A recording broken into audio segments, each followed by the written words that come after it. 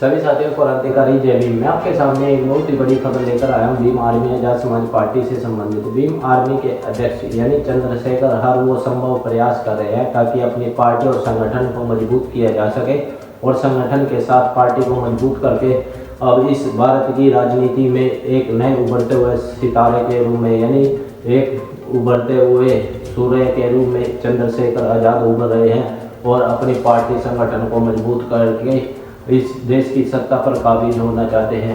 वो आगे बताता हूँ, चंद्रशेखर आजाद हर वो संभव प्रयास कर रहे हैं जो एक नेता में होने चाहिए। यानी चंद्रशेखर आजाद संसद में हर वो मुद्दा उठा रहे हैं जनता से संबंधित जो जनता को चाहिए, यानी कि जो जनता को रोटी कपड़ा मकान ये सब सुविधा चाहिए। उसके लिए चंद्रशेखर आजाद ने संसद में ऑलरेडी सब मुद्दे उठा दिए और इसके साथ साथ अगर उन्हें सदन में नहीं बोलने दिए जाते हैं, संसद के बाहर बैठ जाते हैं, लेकिन अपने लोगों के हक अधिकार के लिए कभी समझौता नहीं करते।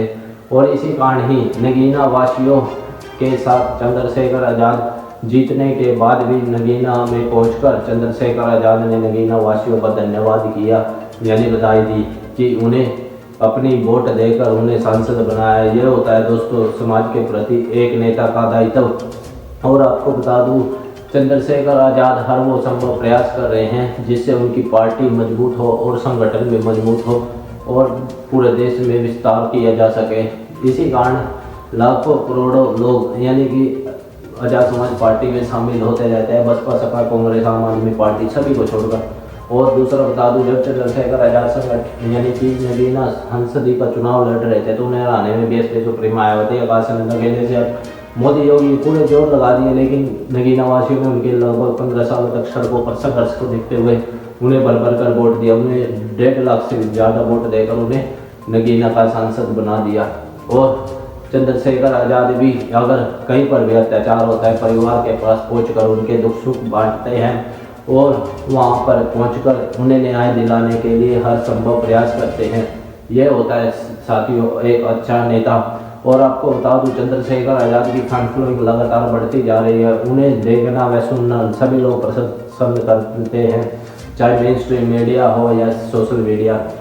चंद्रशेखर आजाद की कोई भी व्यक्ति अगर कोई भी न्यूज़ चैनल उनकी वीडियो बनाता है तो उनकी चैनल पर अच्छे खासे व्यूज़ होते हैं। इससे प्रमाणित होता है कि चंद्रशेखर आजाद को लोग सुनना व यानी भारतीय जनता देखना व सुनना पसंद करते हैं। अब तो देशों में विदेशों में भी चंद्रशेखर आजाद का डंका बजने लगा है। हाल ही में नेपाल देश में भी चंद्रशेखर आजाद की भीम आर्मी का स्थापित हो चुकी है। और इसके साथ साथ चंद्रशेखर आजाद 4 दिन पहले ही यानी 4 दिन तक ऑस्ट्रिया में जाकर गुरु रामानंद जी की जहाँ पर मृत्यु हुई थी वहाँ पर उन्हें मत्था टेकने गए थे।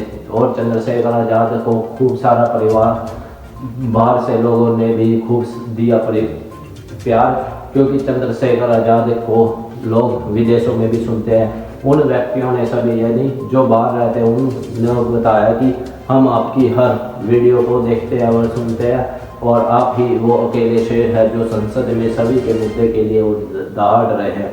और आपको बता दो 21 तारीख को यानी भारत बंद किया गया था SC/ST के लोगों द्वारा। इसका मुख्य कारण था कि सुप्रीम कोर्ट के 7 जजों ने SC/ST के आरक्षण वर्गीकरण पर फैसला दिया था, जिसके कारण पूरा SC/ST समाज आक्रोश था। 21 अगस्त को भारत बंद करना यानी SC/ST के लोगों ने किया, यानी शांतिपूर्ण तरीके से SDM कार्यालय पर देकर यानी ज्ञापन देकर अपना रोष व्यक्त कराया। और ये ज्ञापन राष्ट्रपति को था, लेकिन अब तक ये गूंगी सरकार ने SC/ST आरक्षण वर्गीकरण पर यानी विरोध नहीं बताया है, यानी कि अब तक उस पर पाबंद नहीं लगाया है, क्योंकि ये सिर्फ और सिर्फ अधिकार बाबा साहब डॉक्टर अम्बेडकर ने राष्ट्रपति और दूसरा संसद में लिया था। ये कि ये सुप्रीम कोर्ट SC/ST आरक्षण को ख़त्म करने के लिए असंभव प्रयास कर रहा है।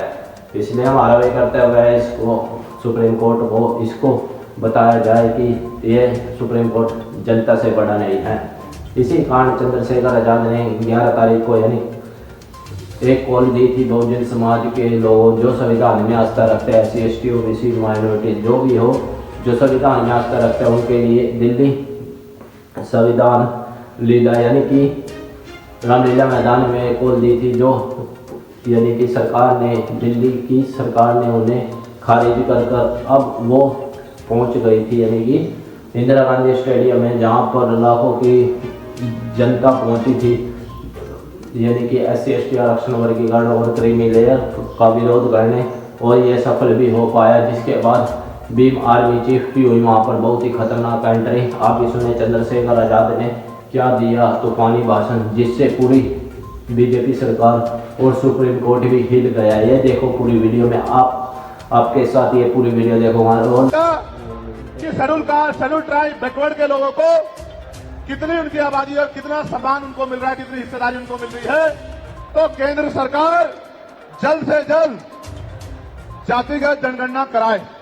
जब तक जातिगत जनगणना नहीं होगी तब तक सबसे पहले स्पष्ट ही नहीं होगा जो आज षड्यंत्र किया गया है, और कुछ लोगों को जानबूझ के उनके मुंह से कहलवाया जा रहा है कि इस जाति का हिस्सा ये लोग खा रहे हैं, इस जाति का हिस्सा ये लोग खा रहे हैं, इस जाति का हिस्सा ये लोग खा रहे हैं। मैं चंद्रशेखर आजाद आपको वचन देके कहता हूं, अपने बहुजन समाज के सामने जातिवार जनगणना कराइए, उसके आंकड़े सार्वजनिक कराइए। अगर अंतिम पायदान पर रहने वाले, जिनको DSC के भाई कहा गया है, जो हमारा परिवार है, अगर उनका 1% आरक्षण भी पॉइंट के बराबर भी कमजोर पड़ रहा होगा, तो मैं वचन देता हूं कि इससे बड़ी रैली उनके समर्थन में हम लोग करेंगे। मैं फिर आपसे कह रहा हूं, आप याद करो, जब से इस देश में आरक्षण व्यवस्था लागू हुई है, इस आरक्षण को खत्म करने के लिए, चाहे वो कांग्रेस पार्टी रही हो या भारतीय जनता पार्टी रही हो या और कोई मनुवादी दल रहा हो, इन्होंने एडी चोटी के जोर लगाए। और आज जिन जातियों को गाली दी जा रही है, ये वही जातियां हैं जिन्होंने अपने बच्चे कुर्बान कर दिए, लेकिन अपने अधिकारों की रक्षा की, और आज भी इस देश में आरक्षण बचा हुआ है, नौकरियां बची हुई है, हिस्सेदारी बची हुई है, राजनीतिक व्यवस्था कायम है, लोकतांत्रिक व्यवस्था है। तो धन्यवाद करना चाहिए उन जातियों का जिन्होंने अपने प्राणों का बलिदान दे दिया, लाठी डंडे खाए, गोलियां खाई, लेकिन अपने अधिकारों को छीनने नहीं दिया। सब लोगों को उनका धन्यवाद करना चाहिए। लेकिन दुश्मन का ये षड्यंत्र है, और दुश्मन बड़ा समझदार है। दुश्मन जानता है कि 2 अप्रैल 2018 के बाद में ये दलित समाज एकजुट हो गया था। जब दलित समाज एकजुट हुआ तो वो ये सोचने लगे कि इनकी एकता को कैसे तोड़ा जाए। आप और मैं जानते हैं, जब हम मुट्ठी बनकर रहेंगे तो कोई हमारे अधिकारों को नहीं छीन सकता, लेकिन जब जब हम बट जाएंगे, एक उदाहरण के तौर पे बताता हूं, अगर आप झाड़ू की सिक्कों को इकट्ठा कर दोगे, वो सिक्के जो हैं एकजुट हो जाएंगे, उनको बांध दिया जाएगा तो वो सारा कचरा साफ कर देंगे। लेकिन अगर वो जो सिक्के होते हैं, अगर आपने उनको अलग अलग कर दिया तो वो कचरा साफ नहीं कर पाएंगे, वो खुद कचरा बन जाएंगे, उनकी कोई हैसियत नहीं बनेगी। इसलिए हमारे महापुरुषों ने बहुजन समाज में भाईचारे की बात की। और आप महसूस करो, बाबा साहब अम्बेडकर ने क्या नारा दिया, शिक्षित बनो, संगठित रहो और संघर्ष करो। हमें शिक्षित भी बनना है, संगठित भी होना है, और अपने विरोधियों बैरियों के खिलाफ संघर्ष भी करना है, अपने अधिकारों के लिए संघर्ष भी करना है। मैं जब देश के बाहर गया तो मैंने देखा कि वो लोग तरक्की कर रहे हैं, उनकी जिंदगी खुशहाल है, उनकी जिंदगी अच्छी बन रही है। लेकिन उनकी जिंदगी तो अच्छी बन रही है, लेकिन 75 साल की आजादी के बाद आज भी भारत में 80% लोग ऐसे हैं जो रोटी कपड़ा मकान से वंचित है, जिनको इज्जत की जिंदगी नहीं मिल रही। तो मैं ये देख रहा था, मुझे बड़ी खुशी हो रही थी, लेकिन जब मैं भारत की तरफ देखता हूं तो बड़ी निराशा हाथ लगती है। फिर ये महसूस करता हूं कि आज जो कुछ हमारे पास है वो हमारे महान पुरुषों की संघर्ष की वजह से है। अगर हमारे महान पुरुष संघर्ष नहीं करते तो जो आज हमें मिला है ये भी हमें किसी कीमत पे नहीं मिलता।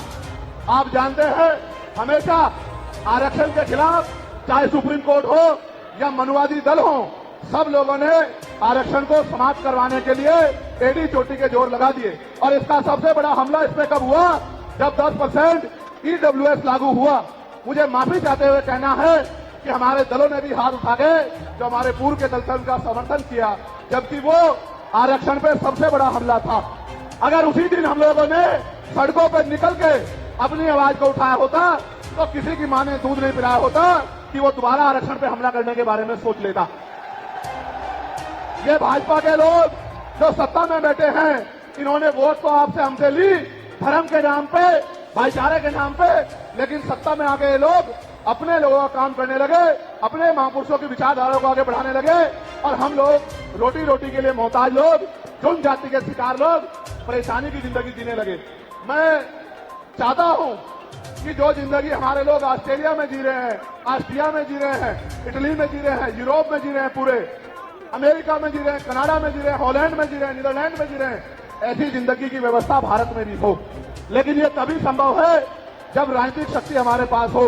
अगर राजनीतिक शक्ति भाजपा और कांग्रेस के पास रहेगी तो हम लोग इज्जत की जिंदगी देश में नहीं जी सकते। इस बात को आप लोग मेरी ध्यान रखना। ये मैं नहीं कह रहा हूं, ये बाबा साहब अम्बेडकर ने कहा, political power is the master की। राजनीतिक सत्ता वो चाबी है जो आपकी सारी परेशानियों का हल कर देगी। और राजनीतिक सत्ता जिनके पास है उनके लोग हजारों हजारों करोड़ रुपए लेके भाग जाते, उनके लोग उनके पूंजीपतियों के लाखों लाखों करोड़ रुपए माफ करते जाते। लेकिन अगर आपका 10,000 रुपए का बिल भी बाकी हो तो 10,000 रुपए का बिल भी अगर आप नहीं दोगे तो मुकदमा लिख के आपको जेल भेजने का काम सरकार कर देगी और आपके घर की कुर्की भी करा देगी। आप किसानों का, मजदूरों का हाल देख लो, आप नौजवानों का हाल देख लो, इस देश में क्या है। तो हमारी सबसे बड़ी मांग ये है, आप समर्थन करके बताना कि आप इस पर सहमत हो या नहीं हो। बताओ, जातिवार जनगणना होनी चाहिए नहीं होनी चाहिए? एक सुर में बताओ, होनी चाहिए नहीं होनी चाहिए? साथ साथ इस देश में जातिवार जनगणना के साथ साथ जितने भी सरकारी संस्थान हैं, चाहे वो जुडिशरी हो जहां से हमारे खिलाफ लगातार फैसले आते हैं, चाहे वो आर्मी हो, चाहे वो और कोई सरकारी संस्था हो, सब लोग सब जगह पे आरक्षण व्यवस्था लागू होनी चाहिए। बताओ, होनी चाहिए नहीं होनी चाहिए? दोनों हाथ उठा के बताओ, होनी चाहिए नहीं होनी चाहिए? बहुत अच्छी बात। साथ साथ हमारी ये भी मांग है जो मैंने पार्लियामेंट में भी उठाई कि निजी क्षेत्रों में आप इस बात को समझो गौर करके, इस देश में 2% सरकारी नौकरियां, कितने परसेंट? जोर से बताओ। 98% प्राइवेट सेक्टर है। कुछ ऑर्गेनाइज है, कुछ अनऑर्गेनाइज है। आप ये देखो, 2% में तो बंटवारा है, लेकिन 98% पे पुरानी सत्ता वाले लोग और आज की सत्ता वाले लोग सांप की तरह कुंडली मार के बैठे हैं। ना वहां SC/ST के लोगों का कोई प्रतिनिधित्व है, ना OBC के लोगों का है, ना ही मुस्लिम लोगों का है। तो हमारी मांग ये भी है कि अब समय आ गया है कि निजी क्षेत्रों में भी आरक्षण की व्यवस्था होनी चाहिए। होनी चाहिए नहीं होनी चाहिए? बताओ, दोनों हाथ बढ़ा के बताओ, जोर से बताओ, होनी चाहिए नहीं होनी चाहिए? Very good, very good. साथ साथ हमारी ये मांग है कि प्रमोशन में रिजर्वेशन भी इस देश में लागू होना चाहिए। शेड्यूल कास्ट, शेड्यूल ट्राइब और बैकवर्ड के लोगों के लिए प्रमोशन में रिजर्वेशन भी सरकारी संस्थानों में लागू होना चाहिए। लागू होना चाहिए, लागू होना चाहिए? बताओ, जोर से बताओ। हमारी ये भी मांग है कि मंडल कमीशन की बाकी सिफारिशें भी लागू होनी चाहिए, क्योंकि जब तक मंडल कमीशन की बाकी सिफारिशें लागू नहीं होगी तब तक पिछड़े वर्ग के लोगों को बराबर की हिस्सेदारी और सम्मान नहीं मिलेगी। हमारी ये भी मांग है, सरकार कह रही है कि क्रीमी लेयर लागू करना चाहिए और जज साहब भी कह रहे हैं क्रीमी लेयर लागू करना चाहिए। मैंने पार्लियामेंट में पूछा कि भारत में कितने शेड्यूल कास्ट के लोग, शेड्यूल ट्राइब के लोग अरबपति बन गए, इसका डाटा आपको सार्वजनिक करना चाहिए, आर्थिक आंकड़े सार्वजनिक करने चाहिए। अब हमें पता लगेगा कि क्रीमी लेयर की स्थिति में हम आए या नहीं आए। आपको शायद जानकारी नहीं है, मैं आपको बताता हूं, आज भी बहुत सारे पदों को NFS करके, नोट फाउंड सुटेबल करके हमारे योग्य लोगों को नौकरी से निकालने का काम ये सरकारें करती है, क्योंकि कलम की ताकत उनके हाथ में होती है। जिनकी राज सत्ता पे कब्जा होता है, हमारे लोगों का राज सत्ता पे कब्जा नहीं है, इसलिए सारी योजनाएं हमारे खिलाफ बनती हैं। हमारी ये भी मांग है जिस पर मैं गौर कर रहा हूं, सरकार ने कहा, मैं आज इस पर भी बोलूंगा। आज अगर मैं इस पर नहीं बोलूंगा तो हमारे लोगों को पता ही लगेगा देश में क्या हो रहा है। सरकार ने कहा कि वर्गीकरण लागू होना चाहिए। मैंने आपको बताया कि बातें तो बहुत लोग करते हैं, लेकिन जब आरक्षण पे हमला होता है, जब और किसी तरीके से आरक्षण को खत्म किया जाता है, जब गांव-गांव जाके लोगों को समझाने का प्रयास किया जाता है, तब जिन जातियों को आज सरकार के इशारे पे गाली दी जा रही है, उनको ही उन्हीं की जिम्मेदारी मान के लोग घर में बैठ जाते हैं कि भाई यही आरक्षण की रक्षा करेंगे, यही अधिकारों की रक्षा करेंगे। लेकिन सच ये है, अगर सरकार की मंशा वर्गीकरण के जरिए वास्तविकता में निचले पायदान पर बैठे अंतिम व्यक्ति को ऊपर उठाने की होती, तो जिस तरह से 10% आर्थिक आधार पर आरक्षण की व्यवस्था की गई थी। 10% आरक्षण की व्यवस्था डीएससी के भाइयों के लिए, डीएससी परिवारों के लिए सरकार कर सकती थी। उनका कोई मतलब नहीं बैठता था कि इन्हीं में टुकड़ा डाल दे, क्योंकि सरकार जानती है इनमें बंटवारा हो जाएगा तो इनके खिलाफ आंदोलन आसान हो जाएगा, इनको पता भी नहीं चलेगा कब इनके अधिकार खत्म हो गए। मैं आपसे कहना चाहता हूं, सरकार बताए उनके पास वर्गीकरण की क्या पॉलिसी है, किस आधार पे वो वर्गीकरण करना चाहते हैं, कौन से आंकड़े उनके पास है, कौन से डाटा उनके पास है। मैं सरकार से जानना चाहता हूं, सरकार कमेटियां बना दे और वर्गीकरण किस फॉर्मूले पे करेगी ये भी बता दे। हम सरकार को भी सुनना चाहते हैं। अभी देश में पिछले दरवाजे से कुछ नहीं होगा, जो कुछ होगा आमने सामने होगा। अगर हमारे अधिकारों की बात आएगी तो लड़ाई आमने सामने लड़ी जाएगी। सरकार ये भी बताए क्या वो रोस्टर में बदलाव करेगी, क्या सरकार रोस्टर में बदलाव करेगी, सरकार बताएगी। हमारे लोग तो अभी सही तरह से चीजों को नहीं जानते हैं। मैं ये भी विश्वास दिलाता हूं, स्पेशली डीएससी के भाइयों को कह रहा हूं, मेरी बात को गौर से सुनना। स्पेशली डीएससी के भाइयों को कह रहा हूं, उन जातियों को जो लोग आंदोलन कर रहे हैं, आपको एहसास नहीं है, जब देने की बारी आएगी हम बताएंगे अपने भाइयों को किस तरह से आगे बढ़ाया जाता है, किस तरह से उनकी हिस्सेदारी दी जाती है। अभी तो हम पे देने कुछ है ही नहीं। मैं आपको विश्वास दिला कहता हूं, डीएससी के जो हमारे भाई हैं, वाल्मीकि समाज के भाई हों, धानुक समाज के भाई हों और बागड़ी समाज के भाई हों और किसी सैसी समाज के भाई हों, मैं चंद्रशेखर आजाद वचन देके कहता हूं बहुजन समाज के सामने, ये हमारी आपसी बातचीत है। आप दुश्मन के इशारों पे काम मत करो, हम लोग बैठ के अपनी लड़ाई को निपटा लेंगे। हम लोग अपने आप बैठ के चर्चा करके आपके साथ बैठ के, अगर कहीं हमें कुछ डर भी है, आप चीजों को नहीं समझ पा रहे हो या हम लोग समझा नहीं पा रहे, अगर आपको अधिकार मिलता है तो बताओ, हमारे किसी व्यक्ति को तकलीफ है क्या बताओ। अगर हमारे डीएससी के भाइयों को अधिकार मिलता बताओ, हाथ उठा के बताओ, तकलीफ है क्या हमें किसी को। ये इतना बड़ा जन समूह गवाही दे रहा है, अगर डीएससी के भाइयों को कुछ मिलता है तो हमें तकलीफ नहीं है। लेकिन हम इस सरकार की मंशा को जानते हैं, हम इस सरकार को जानते हैं, इनके चरित्र को जानते हैं। ये देना कुछ नहीं चाहती, ये तो इसको अटका के रखना चाहती हैं। आप ये देख लेना, इन्हीं के कुछ लोग पायलट सुप्रीम कोर्ट चले जाएंगे। जैसे उदाहरण के तौर पे गौर करो, 69,000 शिक्षक भर्ती में सरकार ने 20,000 पदों पे घोटाला किया। हम लोगों ने आंदोलन किया तो सरकार ने 6,800 नियुक्ति की लिस्ट जारी की, फिर अपने लोगों को हाईकोर्ट भेज के उस पर रोक लगवा दी। फिर हाईकोर्ट पे फिर हमारे लोग लड़े तो उन्होंने कहा दोबारा लिस्ट जारी करो, इनको अधिकार मिलना चाहिए।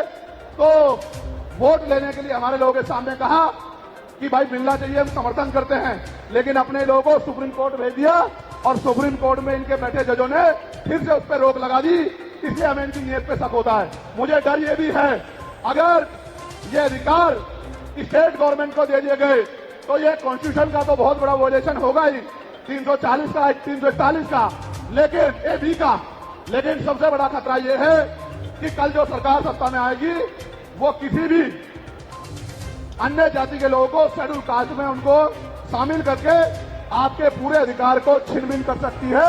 अगर ये पावर स्टेट को मिल गई, हमें सरकार की मंशा पे सिर्फ शक है। हमने ये भी मांग किया, आपको याद होगा, यूपी के साथी हमारे जानते हैं, हमने 2 साल पहले, पौने 2 साल पहले मांग की थी कि जो 52% ओबीसी हैं उनको 27% रिजर्वेशन सुप्रीम कोर्ट के लोगों ने दिया, आबादी से आधा।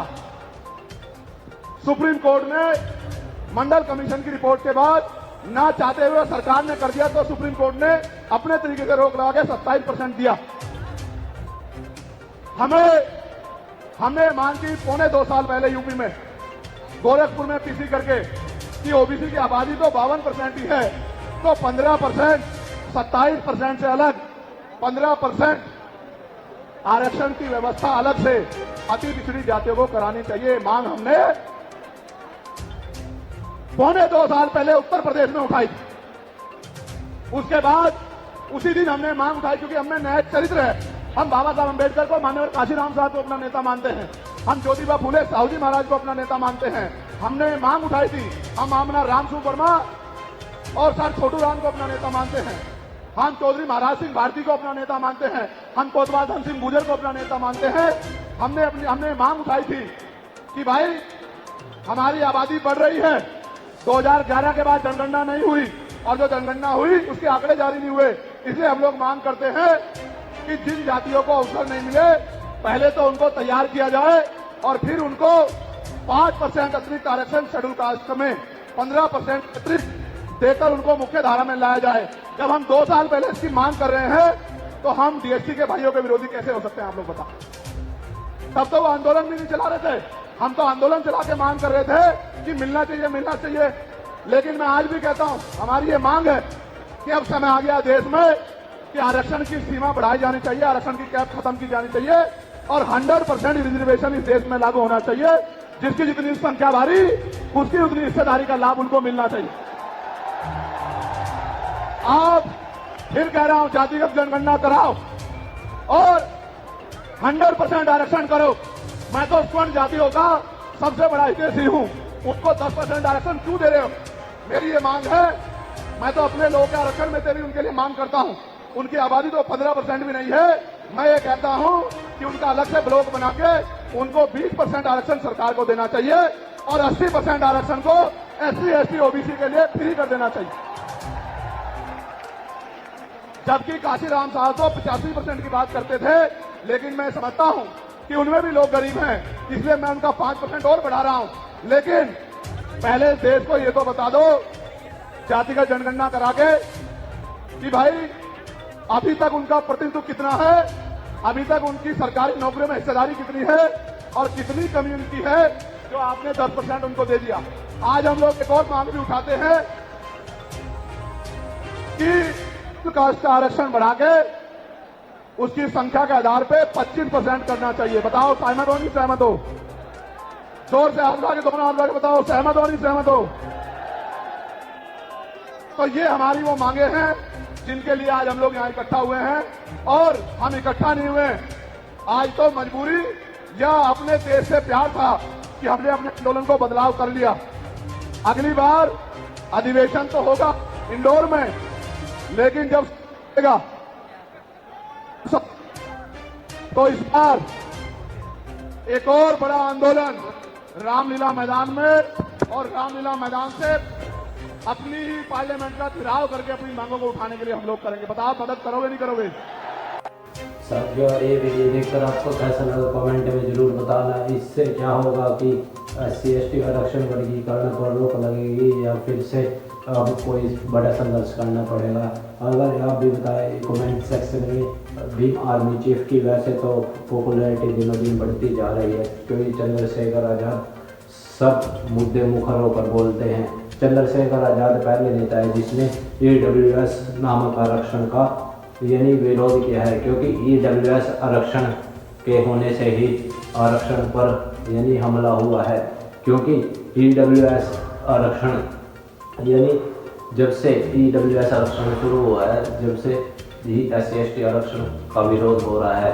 आप इस बारे में क्या सोचते हैं कमेंट में जरूर बताएं। और आपको बता दूं कि आरक्षण कोई जातिवादी नहीं है, आरक्षण का है, आरक्षण का मतलब होता है भागीदारी। तो आप भी अगर बीमार में जन समाज पार्टी व बहुजन समाज से छोटी व बड़ी अपडेट जानना चाहते हैं तो इस चैनल को सब्सक्राइब कर लेना है, यानी भीम आर्मी न्यूज़ 24/7, जो आपके लिए एक से एक अच्छी खबर लेकर आती है। तो मिलते हैं दोस्तों नेक्स्ट वीडियो में, तब तक के लिए आपको नमो बुद्धाय, जय भीम।